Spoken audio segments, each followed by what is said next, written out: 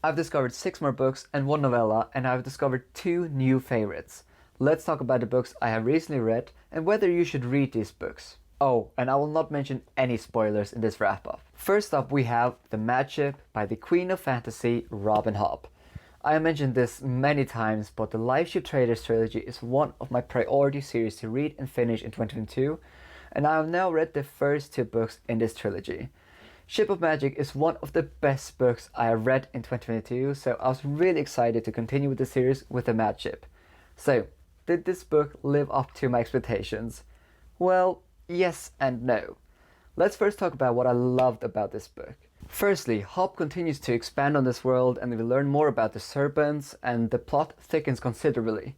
Moreover, there are some fantastic character developments in this book. One character that I despised in Ship of Magic has now become one of my favorite characters in this series. Hobb's ability to continually make you feel invested in her characters is truly some of the best I have ever read. But there is one flaw that is quite prevalent with all of Hobb's books, and that is the pacing.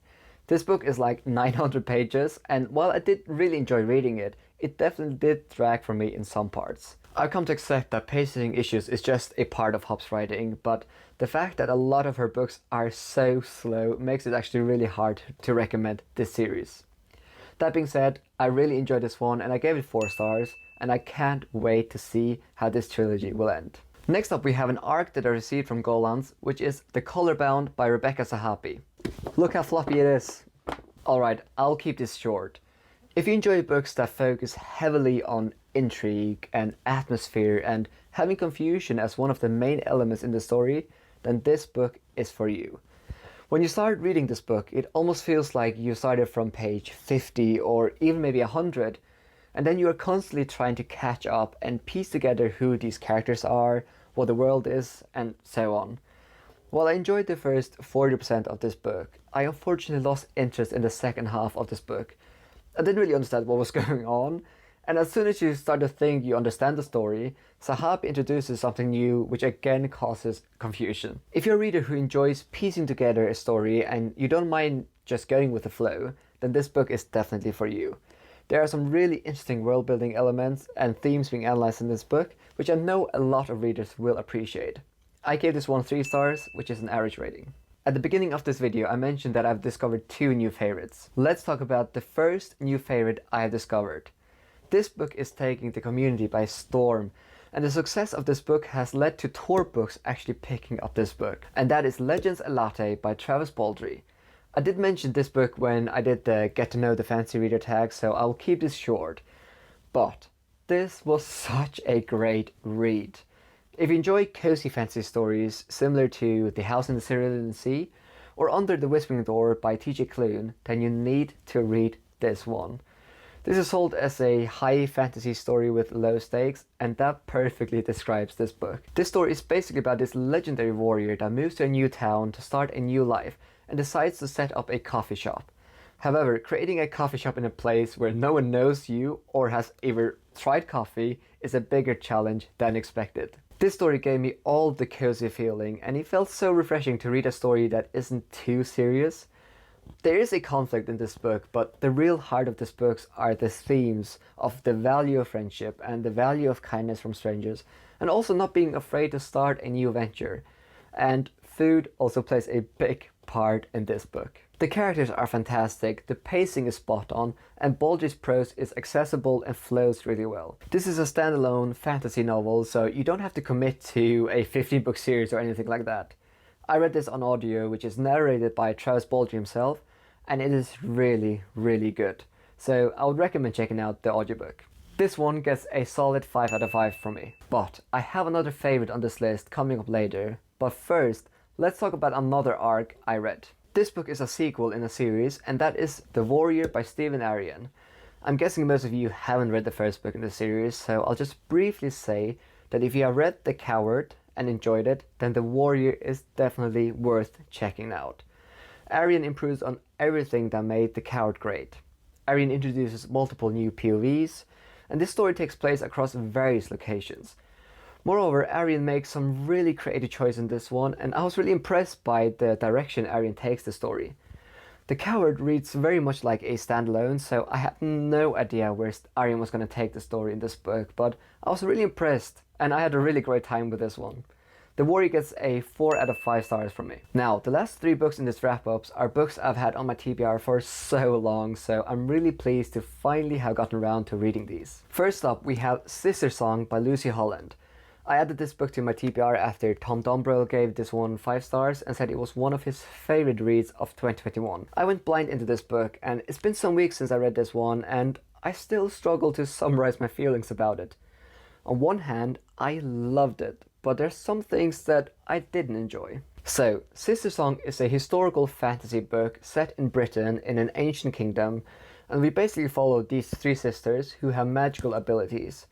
However, due to the rise of Christianity, the magic in this kingdom is starting to lose its power, and we then basically follow these 3 sisters as they struggle with these changes. And then later on in the story, we have a bigger conflict as well. So let's start with what I loved.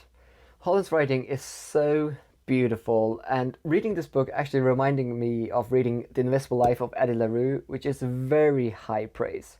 Holland's writing is so beautiful, and she does a phenomenal job at making the magic feel real. Reading this book felt so magical, which not many authors are able to do. Moreover, the concept of the story is really unique and interesting. However, there are some aspects that I really struggled with. Firstly, this is very much a personal preference, but I rarely enjoy fantasy books that are set in our world. I did struggle getting fully immersed in the story because Christianity is often mentioned, and this story takes place in Britain. Secondly, Holland has a very unique and interesting take on religion, and I must commend her on actually not being afraid to tackle religion. However, reading this book as a Christian was interesting. Holland doesn't necessarily say that Christianity is untrue or anything like that, but it definitely felt like a criticism of the religion. There are so many layers to how Holland talks about Christianity in this book, but it was definitely thought-provoking, and I'm not sure if I thought it was brilliant or not.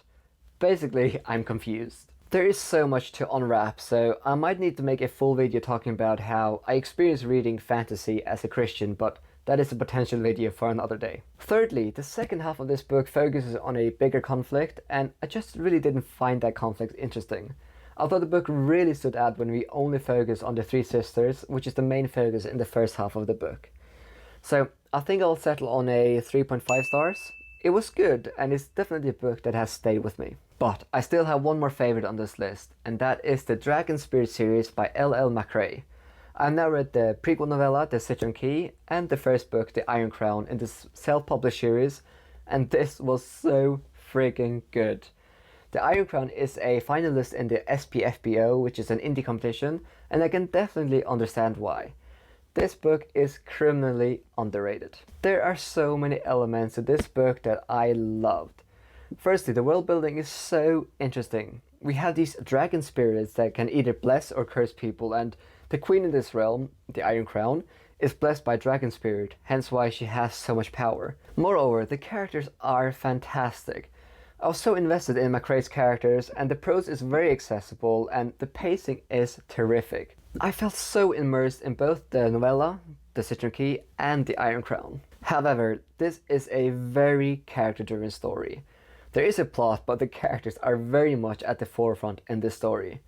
McRae has set up a lot of things in The Iron Crown, so I'm confident we will learn more about the plot in the sequel, but that's just something that is worth to keep in mind. This is a very character-driven fantasy story.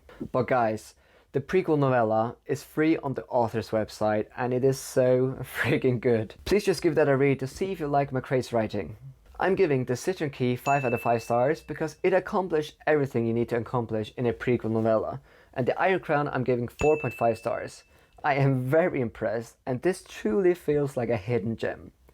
Please, I need more people to read this so I can talk to you guys about this book. So, just to wrap up, I gave Ship of Magic 4 stars, The Colorbound 3 stars, Legends and Lattes 5 stars, The Warrior 4 stars, Sister Song 3.5 stars, The Citron Key 5 stars, and The Iron Crown 4.5 stars.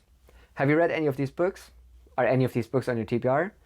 And as always, thank you so much for watching, and a special thanks to my Patreons. See you in the next video.